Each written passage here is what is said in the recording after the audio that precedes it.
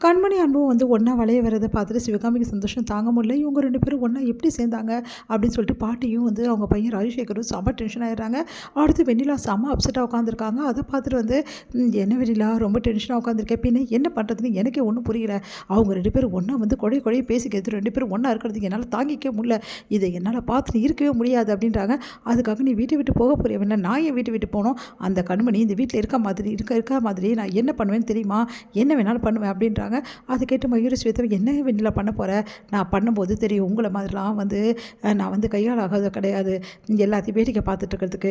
என்னை பொறுத்த வரைக்கும் எனக்கு ஒரு பொருள் வேணும்னா வேணும், அன்பு எனக்கு கிடைக்கலனா அப்போ அன்பு எதாவது பண்ண போறியா, கண்டிப்பாக எனக்கு கிடைப்பாரு, ஆனால் அந்த கண்மணிக்கு கிடைக்க விட மாட்டேன், அந்த கண்மணியும் அன்பு கூட வாழவே முடியாது, அதுக்கு என்ன பண்ணுமோ அதை நான் பண்ணுவேன் அப்படின்னு சொல்லிட்டு போகிறாங்க.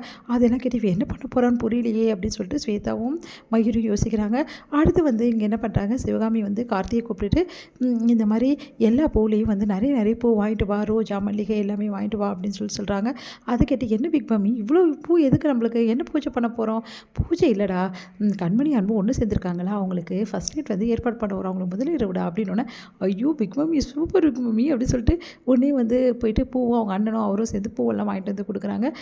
இங்கே பாருங்கள், நீங்கள் 2 பேருமே சேர்ந்து அந்த ரூமை சூப்பராக அலங்காரம் பண்ணோம், அவங்க அப்படியே பார்த்து மயங்கிடணும், அந்த மாதிரி அலங்காரம் பண்ணோம் அப்படின்னோடனே சரி பிக் மம்மி நாங்கள் போய் பண்ணுறோம் அப்படின்னு சொல்லிட்டு வந்து கார்த்தியும் அவங்க அண்ணனும் வந்து செந்திலும் சேர்ந்து 2 பேரும் அலங்காரம் பண்ணிகிட்ருக்காங்க.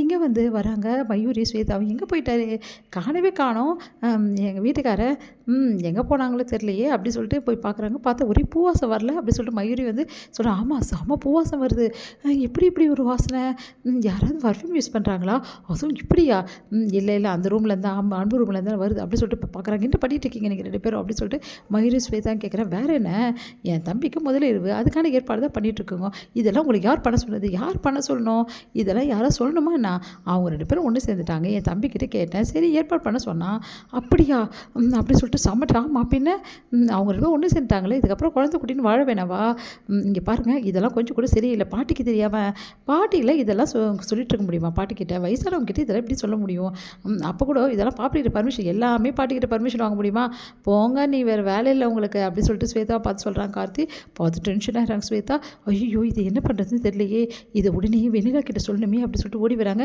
என்ன வேணும் உங்கள் 2 பேருக்கும், இங்கே வீட்டில் என்ன நடக்குதுன்னு தெரியுமா வெண்ணிலா, என்ன நடக்குது, அன்புக்கும் கண்மணிக்கும் முதலிரவு ஏற்பாடு நடக்குது அப்படின்னோடனே, என்னது முதலிரவா, ஆமாம் அவங்களுக்கு முதலிரவுக்கான ஏற்பாடு எல்லாமே பண்ணிகிட்ருக்காங்க, அவங்க இதுக்கு நடந்துச்சு அவ்வளோதான், வெள்ளா நீ கடைசி வரைக்கும் பிரிக்க முடியாது, இதை நடக்க நான் விட மாட்டேன் அப்படின்னு சொல்லிட்டு நேராக பாட்டிக்கிட்ட போகிறாங்க. பாட்டி இங்கே முதலிரவு நடக்குதா, என்னது முதலிரவா, ஆமாம் அந்த கண்மணிக்கும் அன்புக்கும் முதலிரவு நடக்கிறதுக்கான ஏற்பாடு எல்லாமே பண்ணிகிட்ருக்காங்க, யார் இதெல்லாம் கேட்டு பண்ணுறது, யாருமே என்கிட்ட கேட்கலையே அப்படின்னோடனே இதெல்லாம் யார் கேட்க வேண்டியது இருக்குது, நாங்கள் பண்ணுவோம் அப்படின்னு சொல்லிட்டு கார்த்தியும் வந்து செஞ்சுட்டு தான் சேர்ந்து பண்ணிகிட்ருக்காங்க அப்படின்னோடனே செம்ம டென்ஷன் ஆகிடுறாங்க. கார்த்தி அப்படின்னோடனே என்ன பாட்டி, உடனே வந்து வராரு கார்த்தியோட அப்பாவும், என்னம்மா அப்படின்னோடனே யார் கேட்டு இதெல்லாம் பண்ணுறீங்க, இதெல்லாம் பண்ணாதான் இவங்க 2 பேரும் ஒன்றா சந்தோஷமாக இருந்தால் தான் சீக்கிரமாக வந்து அண்ணி நடப்பாங்க, அதனால தான் இவங்க 2 பேரும் பண்ண சொல்லலாமா அப்படின்னு சொல்லிட்டு அன்னிக்கிட்ட கேட்டோம். அன்னியும் தலையசிச்சாங்க, அவங்களுக்கு ரொம்ப சந்தோஷம், அவங்கள சந்தோஷப்படுத்தினதுனா அவங்களுக்கு குணமாகும், அதனால தான் இதெல்லாம் பண்ணிகிட்ருக்கோம் அப்படின்னு சொல்லிட்டு கார்த்தி சொல்லிட்டு இருக்காரு. இதெல்லாம் கேட்டு வந்து இது அன்புக்கு தெரியுமா, பண்ண சொன்னதே அன்பு தான் அப்படின்னு ஒன்று பயங்கரமாக டென்ஷன் ஆகிடுறாங்க.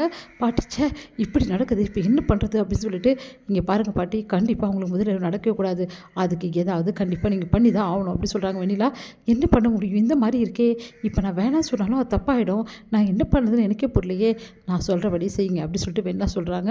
இங்கே வந்து அன்புக்கு சந்தோஷம் தாங்க முடியல, பாடா எவ்வளோ நாள் கழிச்சு என் பொண்டாட்டியோட நான் ஒன்றா இருக்க போகிறேன், இந்த நாளுக்காக தான் ரொம்ப நாளாக காத்துருந்தேன் அப்படின்னு சொல்லிட்டு அப்படியே வந்து சந்தோஷப்பட்டுருக்காரு. அப்போ உடனே நினச்சி பார்க்குறாரு, நம்ம கண்மணி வந்து உள்ள பால் சொம்போடு வர்றதும் அப்படியே அவர் ஹக் பண்ணுறது எல்லாத்தையும் நினச்சி பார்த்து சந்தோஷப்பட்டுருக்காரு. சந்தோஷம் தாங்க முடியல. இன்றைக்கி கண்டிப்பாக இவ்வளோ நாள் கழித்து நடக்க வேண்டிய வந்து விசேஷம் இன்றைக்கி நடக்க போகுது, இன்றைக்கி நான் எவ்வளோ சந்தோஷமாக இருக்கேன் அப்படின்னு சொல்லிட்டு உடனே அவருக்கு எடுத்துகிட்டு வந்த அந்த ஷர்ட்டு அந்த வேட்டி ஷர்ட்டு எல்லாமே எடுத்து அழகாக போட்டுக்கிறாரு. இங்கே கண்மணிக்கும் அவ்வளோ அழகாக அலங்காரம்லாம் பண்ணுறாங்க. கண்மணி வந்து அப்படியே ஆசீர்வாதம் வாங்குறாங்க அத்தைக்கிட்ட, நீ இப்பவும் போல இதே மாதிரி சந்தோஷமாக இருக்கணும், உங்கள் வாழ்க்கை நீங்கள் சந்தோஷமாக ஆரம்பிங்க அப்படின்னு சொல்லிட்டு மனசில் யோசிக்கிறாங்க.